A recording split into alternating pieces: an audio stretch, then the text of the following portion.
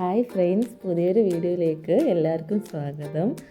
ഇന്നത്തെ ഒരു വീഡിയോയിൽ എങ്ങനെയാണ് ഷീറ്റ് കട്ട് ചെയ്യുന്നത് അതാണ് കാണിക്കാൻ പോകുന്നത്. ഷീറ്റ് നേരെ ഹാഫ് ആക്കുക, ആ ഒരു പോർഷന് ഒന്ന് കട്ട് ചെയ്ത് കൊടുക്കുക. പിന്നെ ആ കട്ട് ചെയ്തത് തന്നെ നമ്മൾ പിന്നെയും ഇതുപോലെ ഒന്ന് ഹാഫാക്കി കൊടുക്കുക. എനിക്ക് പറയാനറിയത്തില്ല, നിങ്ങൾ വീഡിയോയിൽ കാണുന്ന പോലെ ജസ്റ്റ് ഒന്ന് ചെയ്ത് നോക്കിയാൽ മതിയാവും. പിന്നെയും തിരിച്ച് ഇതുപോലെ ആക്കി ആ ഒരു എഡ്ജും കൂടി ഒന്ന് കട്ട് ചെയ്ത് കൊടുക്കാം. ഇത് ഫ്രോസൺ ഷീറ്റാണ്, അതുകൊണ്ട് കട്ട് ചെയ്യാനൊക്കെ വളരെയധികം സുഖമാണ്. അങ്ങനെ കീറിപ്പോകുന്ന പ്രശ്നം അങ്ങനെയൊന്നുമില്ല. പിന്നെ ഞാൻ ഇതുപോലെ കറക്റ്റ് മെഷർമെൻറ്റ് പറയാത്ത എന്താണെന്ന് വെച്ചാൽ, ഞാൻ അങ്ങനെ മെഷർമെൻറ്റ് എടുത്തിട്ടല്ല കട്ട് ചെയ്യാറ്, ഞാൻ ഇതുപോലെയാണ് ചെയ്യാറ്. എനിക്ക് നല്ല പെർഫെക്റ്റ് ആയിട്ട് കിട്ടാറുണ്ട്. അപ്പോൾ ഞാൻ മുറിച്ചത് പിന്നെ ഇങ്ങനെ രണ്ടായിട്ട് മടക്കി ആ ഒരു എഡ്ജും കൂടി ഇങ്ങനെ കട്ട് ചെയ്ത് കൊടുക്കുകയാണ്. പിന്നെ അത് ഒന്നും കൂടി നമ്മൾ മുറിച്ച് കൊടുക്കും. അപ്പോൾ ഈ സമയത്ത് ചിലർക്ക് ഇങ്ങനെ തോന്നും, അപ്പോൾ കോൺസ് പറ്റ ചെറുതാവില്ല. ഒരിക്കലും ഇല്ല. ഹാൻഡ് കോൺസ് ആണെങ്കിലും നെയിലാണെങ്കിലും ഈ ഒരു അളവിൽ മുറിച്ചാൽ മതിയാകും. ആവശ്യത്തിന് വലിപ്പം ഉണ്ടാകും. നമുക്ക് മുറിച്ചപ്പോൾ ഒരു ഷീറ്റിൽ നിന്ന് 15 പീസാണ് കിട്ടിയിട്ടുള്ളത്.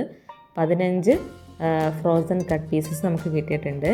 ഇനി ഞാനിതൊന്ന് റോൾ ചെയ്തെടുക്കുകയാണ്. റോൾ ചെയ്യുമ്പോൾ നമുക്ക് റെക്റ്റാങ്കുലർ ഷേപ്പിലുള്ള ഒരു പീസല്ലേ നമുക്ക് കിട്ടിയിരിക്കുന്നത്. അപ്പോൾ നമ്മൾ എന്ത് ചെയ്യണമെന്ന് വെച്ചാൽ, ആ വലിയ ഭാഗത്തേക്ക് ഇങ്ങനെ മടക്കി കൊടുക്കണം. ചെറിയ ഭാഗത്തേക്കല്ല, വലിയ ഭാഗത്തേക്ക് ഇങ്ങനെ മടക്കി കൊടുക്കണം.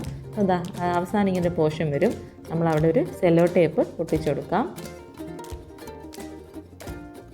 ഇതിപ്പോൾ ഞാൻ നെയിൽ കോൺസിന് വേണ്ടിയിട്ടാണ് കോണ് മടക്കുന്നത്. അതുകൊണ്ട് തന്നെ വളരെ ചെറുതാക്കിയാണ് മടക്കാറുള്ളത്. നിങ്ങളുടെ എത്രയാണോ, അതായത് നിങ്ങളുടെ കോണിൻ്റെ ഷേപ്പൊക്കെ എത്രയാണോ അതിനനുസരിച്ച് നിങ്ങൾ മടക്കിയാൽ മതിയാകും. ആ ഒരു എഡ്ജ് കണ്ടോ, അവിടെ ഒന്ന് നല്ല ടൈറ്റ് ആവുന്നത് വരെ നിങ്ങൾ മടക്കി കൊടുക്കണം. ലൂസാക്കി ടേപ്പ് ഒട്ടിക്കാനായിട്ട് പാടില്ല, കാരണം അവ കൂടുതൽ അലമ്പായി പോവും. നല്ല ടൈറ്റ് ചെയ്തിട്ട് തന്നെ നമ്മളിങ്ങനെ ഒട്ടിച്ചെടുക്കുക ഈ ഒരു എഡ്ജിലായിട്ട്. അപ്പം ഞാൻ വേഗം തന്നെ എല്ലാം, എനിക്കിതിപ്പോൾ അത്യാവശ്യത്തിനുള്ള കോണായതുകൊണ്ടാണ് കേട്ടോ ഞാൻ വേഗം തന്നെ ഇങ്ങനെ മടക്കിയെടുക്കുന്നത്. അപ്പോൾ എനിക്ക് കറക്റ്റ് ഇങ്ങനെ പറഞ്ഞു തരാന്നതിനേക്കാളും നല്ലത് നിങ്ങൾക്ക് കണ്ടാൽ മനസ്സിലാകുന്നതായിരിക്കുമല്ലോ. അപ്പോൾ അത് ഇതുപോലെ ചെയ്താൽ മതിയാകും. അതായത് റെക്റ്റാങ്കുലർ ഷേപ്പിലുള്ള പീസുകൾ വലിയ ഭാഗത്തേക്ക് ഇങ്ങനെ മടക്കി കൊടുക്കാം. അപ്പോൾ നമുക്ക് നല്ല പെർഫെക്റ്റ് ആയിട്ടുള്ള കോൺസ് കിട്ടും. ഹാൻഡ് കോൺ ആണെങ്കിലും നെയിൽ കോൺ ആണെങ്കിലും.